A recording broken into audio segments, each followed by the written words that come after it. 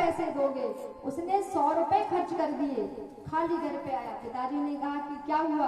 अरे पिताजी, बहुत मनोरंजन हो रहा था, बड़ा आनंद आ रहा था, तो मैं वही मग्न हो गया और बढ़िया खेल देख लिया। पिताजी 100 रुपए तो गायब, चले गए।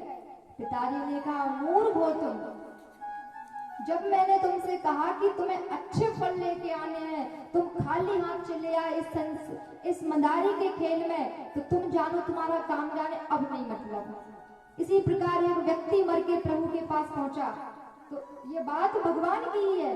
भगवान कह रहे, देखो हमने तुम्हें ना 100 वर्ष की आयु दी है।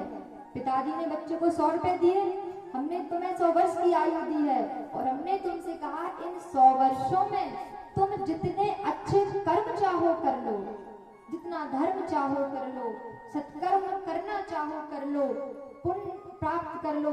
हम कहते हैं ना, खाली हाथ आए खाली हाथ जाएंगे, गलत कहते हैं। हम खाली हाथ नहीं आए थे, खाली हाथ हम नहीं जाएंगे। हम अपने पूर्व के कर्मों को साथ लेके आए थे, और यहाँ उन कर्मों को नष्ट करके भगवान का भजन और पुण्य लेके जाएंगे। तभी तो भगवान कहते हैं, मेरी शरण में आते हो ना, मेरे हो जाते हो, तो मैं संसार सागर से छुटकारा दिला देता हूँ, अपने परम धाम रख लेता हूँ। परम धाम है क्या, कोई जानते ही नहीं, बस सुन रखा परम और धाम। भगवान के चरणों में गए ना तो नहीं आना पड़ेगा, संसार के चरणों में गए ना तो फिर भटकते रहेंगे। हम फिर मिलेंगे यहीं, भरत जी जैसा याद रहेगा तो और अच्छी बात है।